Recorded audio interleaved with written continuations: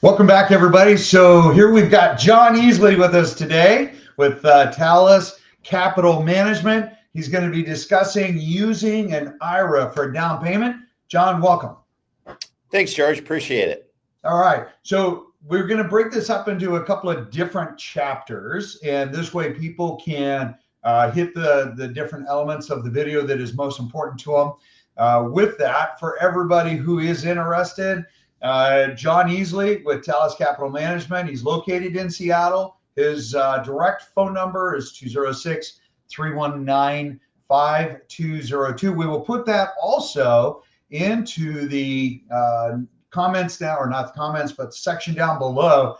If you have any additional questions, it's okay for people to reach out to you. Is that right? Absolutely, absolutely. And literally it can be for anything related to this topic. We're just happy to discuss it out and see if this option makes a lot of sense for you. Perfect. One of the future conversations we're going to have is, what is a 1031 exchange versus what the heck is a DST, which is a future show. And so John, he's going to bless us with his presence on that one, so we'll have a good time. But let's get to the show here. So a lot of folks, John, are struggling. We have an affordability issue out in the market right now with a lot of buyers, especially new buyers. They've been employed for a while. They've been putting money away, and they're still struggling. How do they get to that down payment point that is required by the lender? Whether it's the 3, the 5, the 10, 15, or 20, even more, so that they can purchase that home. You've got some really creative ideas, and if you wouldn't mind, let's take the first one here. And you've got assessing your financial situation. Talk to us a little bit about this, and why is this important to have first? Yeah, so it's really important to have an understanding of what your budget is, and I know it's an exercise that a lot of folks don't really go through until they really figure out how much they need for a down payment. And you're right, they really kind of need to understand, what is that going to look like? Is it 30, 40, 50,000? Can they get the 3% down? And then obviously they're going to need some additional funds there to budget after the down payment. So one of the things that we work with clients on this is just to make sure they understand their own personal budget, and how much they have to put away to save for that down payment, which is, it's really going into a maximized interest savings plan. So they're at least getting 4.25%. That's where interest rates are right now, on their savings, and then just working towards that goal. How long is that goal going to take? Is it going to take 18 months, 24 months, 36? And just so we're tracking and that it's practical for them to hit their goal. Just real quick, John, a lot of folks, they're used to the traditional banks, and you go into the bank and you have your checking account, and then you have your savings account, and that savings account at the bank is like really low as far as an actual return. What you're talking about is a specific savings account that is set up that has a higher rate of earn. Is that what you're saying? Yeah, that's correct. So we understand this. It's the nature of money centers. Money centers can be Bank of America, Chase, Wells Fargo. A lot of folks have a lot of, they're thinking, okay, look, I'm putting money away, but I'm really not getting a lot of interest. I'm noticing that, I may be only getting 0.5% or less, or even, nothing. It's just the nature of this. And so we have a setup where we will work with the bank, but we can obviously maximize the interest, and we can do that with treasury bills or institutional money market accounts that are designed to give the highest interest rate, which currently is, like I said, right around 4%. Perfect. So that just gives a lot of folks, an opportunity to at least keep on par with inflation, even though, a 4% return is maybe not exactly what they want, but at least it's better than what a traditional savings account is offering as they're looking at, saving for the money itself. When we open this back up, you also talk about an emergency fund. Interestingly enough, John, we recommend people have 6 months of reserves, and in a savings account. But talk to the folks here a little bit about what is your recommendation for emergency funds. Yeah, so that's just something where you want to have enough set aside in case you say you lose your job, or there could be some outside situation that happens that you say, oh my gosh, this is really going to change the way I'm currently budgeting or planning. And so, that's kind of the first step here, is to make sure you have that, because you need to have those funds set aside, obviously, for your current situation, to pay your rent, to make sure you have your priority items in your budget covered. But it will certainly take a lot of stress off your shoulders by having that emergency fund. So, and again, it's one of those things where it's just a step towards this type of planning, but you need to have, we recommend at least 6 months of having funds there to pay the basic essentials, your rent, the food, whatever, those essentials that apply to you, and just make sure that, you have 6 months covered there. Yeah, because doo-doo happens, right? It's not like we plan for, moments in our life that create a wee bit of stress. No, absolutely. Absolutely. All right. So let's hit to the next one here. Creating a savings plan. You kind of hit on that. You talked about the expenses and things that will be increasing in somebody's life. Any more you want to delve onto that subject as far as a savings plan? Yeah, and this is one of those things too. I realize, again, a lot of folks are trying to hit their goal, right? So by breaking this down, we say, okay, now how much do we need to, in addition to what your regular budget is, do we need to set aside to get to that goal? And in this example, it was about $1,400. So there's a lot of reassessments that can take place. One of the things that we find is, it could be as simple as, okay, I got this auto loan out there. Is there something I can do? Is there something else I can do with this? Maybe it's a lease, or maybe in addition, someone's considering leasing versus buying. But what we just want to take is to understand is, what are those big items? How does that look in your plan? And then, is this going to be practical? Is this going to be something where you can set this aside? Because it gives a roadmap. It gives you a timeline. It gives you an understanding of how to get to that down payment.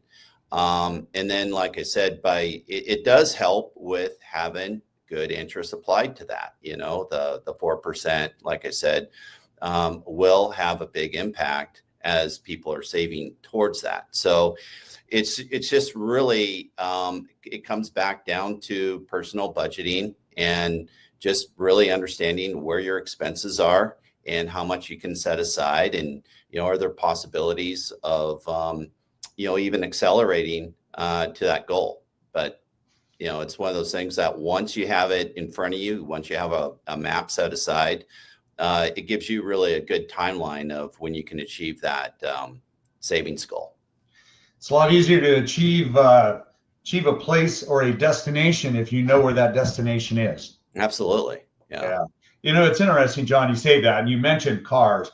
Cars are probably the number one killer for people, purchasing a home, because, if you have $1,000 that you qualify for and you have $400 car payment, well, really at the end of the day, you can only, afford $600 worth of home payment, right?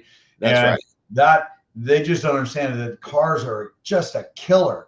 But one of the recommendations, and I think we discussed this in the past, that we make to folks that are first-time buyers and whatnot, and that is, take a look at what you quote unquote want to buy or what you qualify for, and let's say it's $4,000 a month and you're paying $2,000 a month for rent, we tell them, say, hey, take that $4,000 and you're going to put that into your savings account, except you're going to pull your $2,000 out and pay your rent. So $2,000 is going to the rent and $2,000 is going into that savings account. So you have spent that $4,000 out of your main account. If you don't have a savings account, make it one. It shows you can save, but it prevents payment shock and allows people to acclimate. Hey, is this something that we can afford? Is this realistic that we can do this? Or do we need to make an adjustment as to what we want to pay each month?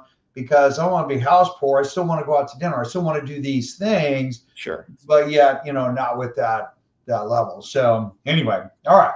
So as far as the planning, we've gone into, hey, here's a savings option. Here's the reserve funds that you should keep. And here are some ideas as to, as far as budgeting and putting money away. So when we pull this one up, we get to the meat and potatoes here, where we talk about using an IRA to use for your down payment, whether it's a normal IRA, a traditional, a Roth, and then of course you're going to kind of cover the pros and cons of this. So let's start off with, why would somebody use their IRA, their retirement, to purchase a home? Yeah, again, it's just making sure that you have this as an additional option in all consideration, right? Because, the more you put down into your home, obviously, the less of an interest rate you're going to pay, all being said, or less interest on the mortgage. So using your IRA as an additional option, again, it's a case-by-case basis. We certainly want to understand, how the IRA is set up and how it's being invested.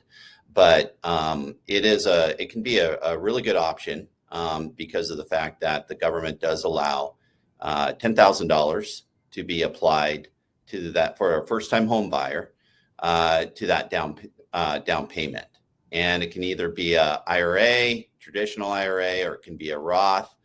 And so a lot of times, this is the thing. Okay, so a lot of folks are sitting out there and usually most people have been through a couple job transitions. So they have some 401ks out there. It's a great time to consider just consolidating into a rollover. Okay, so once we look at that, we'll look to see if there's additional 401ks out there that might be just sitting out there from other employers.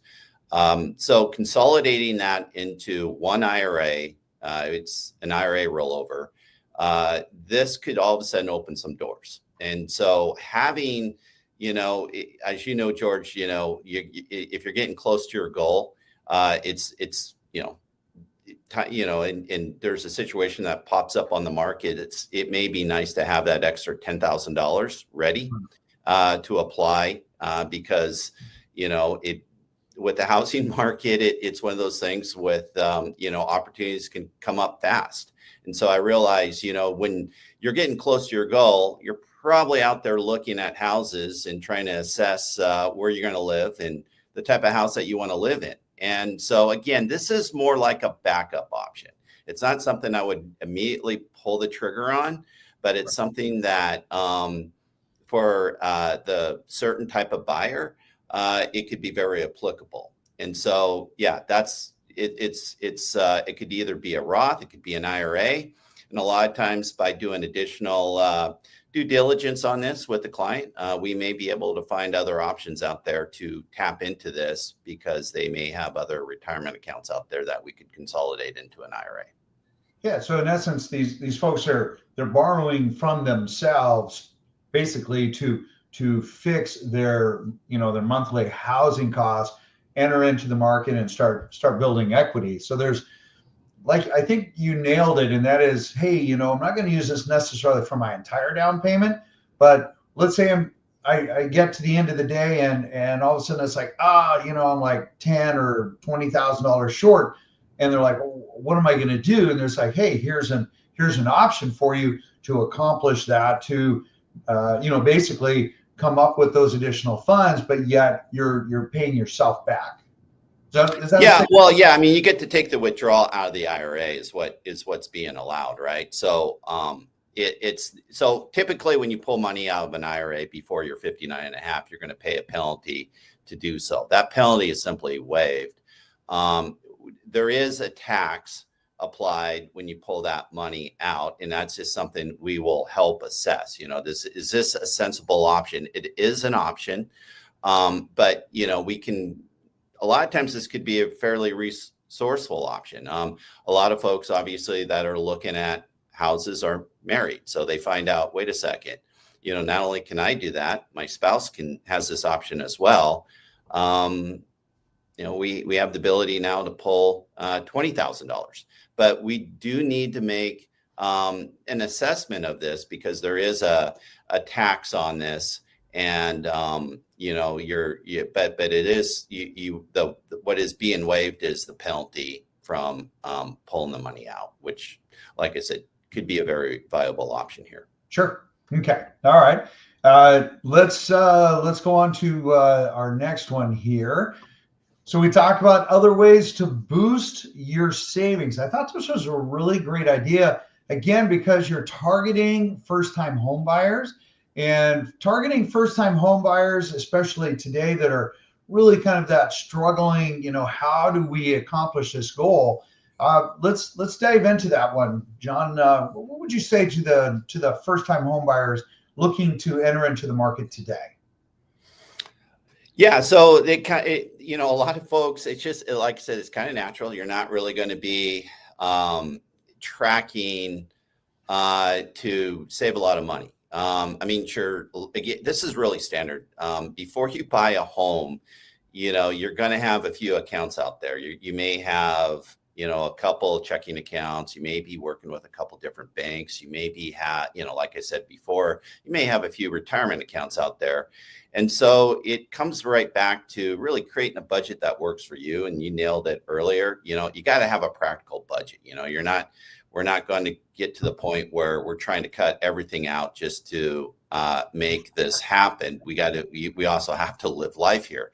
So a lot of this comes down to it. So let's get back to, what could we do if, a lot of times we'll find there may be 3, 4, 5, 6, 7 accounts out there that we can consolidate into one account. Now, what does that do? Well, all of a sudden it really helps that interest rate. That interest at 4% comes in at $400 per 10,000, right? So all of a sudden things start to track. And what's kind of, nice about this is that as we get people to really focus up, to consolidate into one account, to get that interest rate, they start to see positive cash flow come in. And that's the thing that resonates. So they start to see, wait a second, this is, I can see now how this is tracking. I can see now how I can get to that down payment, so it's and then of course, there's other things out there that may be applicable. Depends on who they work for, their employment situation. Is there other vehicles out there that may accelerate their savings program? And we'll certainly assess that as well. Okay, you made a bullet point that I thought was super helpful, because there's a lot of empathy from folks out there, and including our employers and or us as employers, where we can see that somebody is like right on the edge, and you kind of pulled out a special, hey, check with your employer, check with your HR. Would you mind delving into that a little bit for these guys? Yeah, well, I mean, there's so a lot of times, if depending on who you're working for and who your employer is, obviously, but are there other programs available to help you put more money away? And part of this is understanding, again, there's with a lot of these programs, you may have additional benefits. You may have a health savings accounts, for instance, or you may have, latitude with your 401k to borrow against that. And so, there are other kind of hidden options that could certainly come up that you may not even be aware of. And it's one of those things where the employer has, set these options up where, again, it depends on the type of plan. It depends on the employer. But just by vetting that out, we may be able to find some additional options where you could tap into to help increase your savings. Again, this is all about just exploring what options are available or how much optionality do you have to get to that final goal of a down payment, and to make sure that you have enough in emergency reserves to make that happen. I think that, John, I think you couldn't have just nailed that one more precisely. Some folks just don't realize they have options, that there's alternatives. They think that, oh my gosh, it's what I can put away every single month, and that's it. That's all I have access to.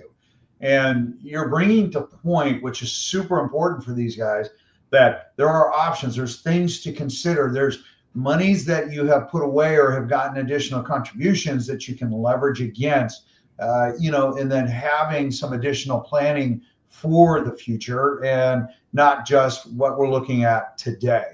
So I think that's super important, which really at the end of the day, John, brings up kind of your final bullet point that I thought I think is a great way to conclude our call. The power of patience and planning. I thought, what a great title. Staying the course, keeping your eye on the end zone, keep your eye on the ball. And, it is so funny because we've all struggled to get into our first home. We've always looked at the, PB&J, the peanut butter and jelly sandwiches and top ramen, and we kind of joke about it, but only half-heartedly because we still remember the sacrifices that we make. And it is always a little bit of a sacrifice to make that happen regardless. But talk to folks about staying the course, the planning, and having that perseverance, if you would.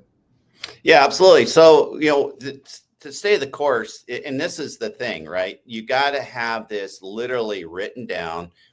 It could be as simple as having it in an Excel spreadsheet format, or it could be as simple as, just creating some sort of spreadsheet where where these expenses are going. And again, it's really understanding the expense side of it. It's getting to that, okay, how do we get to put away the $1,000, the $1,200, the $1,400 a month? And how does that look once we get into a habit? You see, so it's having patience, creating a habit, creating a system, and then seeing how this is going to work. We can roll this out. We look to see how practical this is. And, it's going to take some time, right? As you're building up. So a lot of folks need to understand what that timeline looks like. And like I said, it's okay. It might be 18 months. It might be 2 years or 3 years. But the first thing is that you have to have that system down or that plan down to get to that, to get to that goal. And once you understand what that looks like, then it's really, okay, we have the bar set. We know how we're going to get there. And there's certainly potential to accelerate. That's the next steps. There might be these other options that can accelerate that goal to a shorter time frame. I think that's great feedback, John. If there's any one thing that you could say to John, since I know you're super young, John 20 years ago, what would you say to John 20 years ago who was looking at getting into his first home? If there's any one thing you would say to him today? I would say, look, it all starts back to, people go through life and, it's, I realize it's not something that it's easy to plan for. And it's really understanding, what this really looks like. Okay, so the other thing I highly recommend anyone just kind of going through this as well is just to get a feel of, where you want to live, what, just do a walk around. Is this something where you feel like you're going to spend the next 10 years in this type of neighborhood or wherever it is that you want to live? And also get an understanding of, what your budget after you move in is going to look like as well. It's one of those things where it's really important to understand how a mortgage calculation works, right? What does that payment look like? And remember too, that you get a part tax deduction on your mortgage payment. And it's really just kind of following through on, okay, how much do I need to save up? And, what is it going to look like? Have that really planted in your head, what that looks like after you're in your home. And I would say by going through that exercise, I promise you that once you go through this, it will accelerate your goal. It will get you on track, and you will have clarity on how to get into that house. And I can I say this because I know a lot of people, I wish I would have done this a while ago, actually. By going through this exercise, it massively accelerated our experience of getting into a house. And like I said, I'm here to help anyone that wants to go through this, but it's really just sitting down and understanding the process, to get to that savings goal. And then also to understand how a mortgage payment works. It's just, it's one of those things where a lot of people may not fully understand that, but once you understand that, you get clarity, and, you're going to find that this is actually, a pretty, it's a much easier process than what a lot of folks are thinking out there. I get the housing market has increased quite a bit. We're dealing with, we've dealt with the big change here, from the last 10, 15 years in the property markets. So it really comes down to, the affordability. How can I get in that position where, I'm running a practical budget, I'm making I'm saving towards this, and I can afford it. So. Right. Yeah. Okay. John, appreciate you coming in, sharing your great wisdom and giving folks options to consider, and just, some very good sage advice, for buyers out there, whether it's a move-up buyer or first-time buyer, or, somebody helping somebody to purchase their next home. I think that's super awesome. With that, everybody, it was absolutely fabulous. Thank you for coming and joining and listening with us. Again, if you have questions, you want to chat with John at any one time, he says he's open to chatting with you. We will again put that information down in the bottom down below. In the meantime, John, have an absolutely beautiful day, and everybody else, we'll see you on the next video. Take care. Thank you, George. Appreciate it.